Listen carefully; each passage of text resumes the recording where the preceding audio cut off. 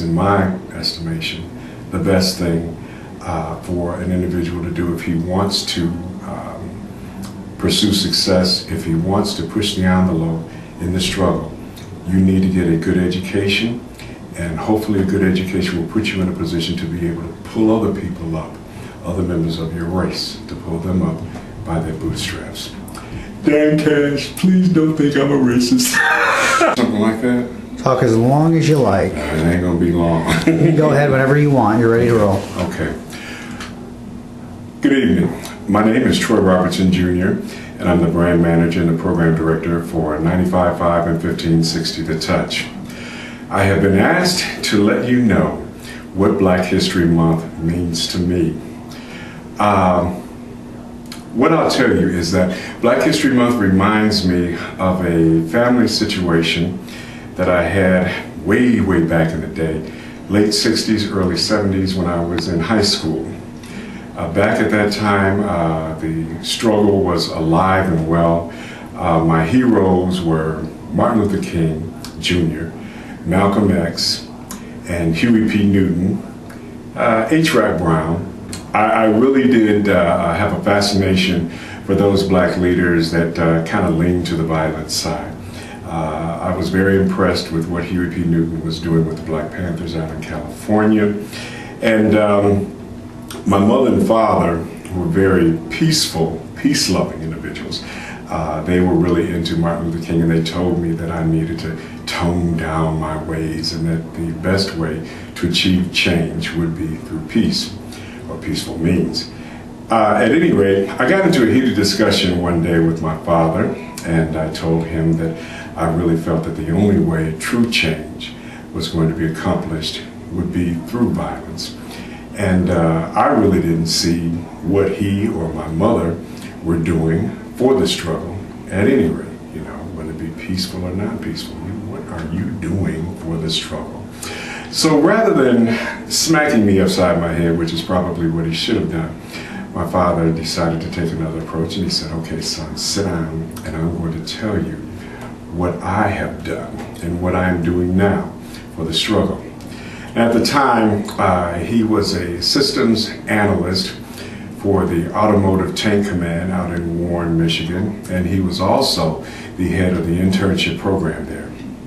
So he sat me down and pulled out the names of a number of the different candidates that were in the internship program. Some of them he pointed to, and he told me that these individuals had their college degrees, okay? And because of the fact that they had their college degrees, they have to be let into the program. Now, mind you, the majority of those individuals were white. He pointed to a second group, and he says, now these individuals stand head and shoulders above the rest. So even though they don't have college degrees, due to the fact that they just have pure ability, I have to let them into the program also. Then he got to the third group of people, and he says, now these individuals are in what you call the gray area. 90 to 95% of the people in the gray area were of African American descent. So he told me that in the gray area, what he was allowed to do is to make a decision as to who would be able to make it into the internship program and those individuals that would not make it. He made his decisions based on race, pure and simple. And what he told me was that he felt that those individuals that were in the gray area that were African American probably wouldn't get another opportunity like this.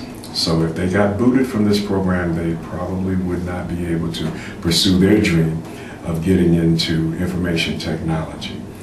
But he felt that those individuals in the gray area that were white, due to all of the additional opportunities that Caucasians, if you will, get in the United States of America, that 99 times out of 100, they would have another chance and they would be able to succeed.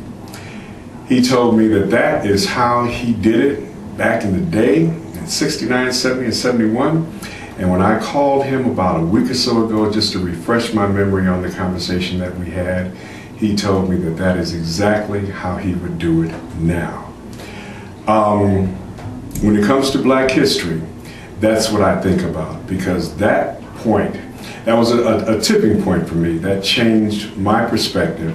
It taught me that the best thing, at least in my estimation, the best thing for an individual to do if he wants to pursue success, if he wants to push the envelope in the struggle, you need to get a good education, and hopefully a good education will put you in a position to be able to pull other people up, other members of your race, to pull them up by their bootstraps.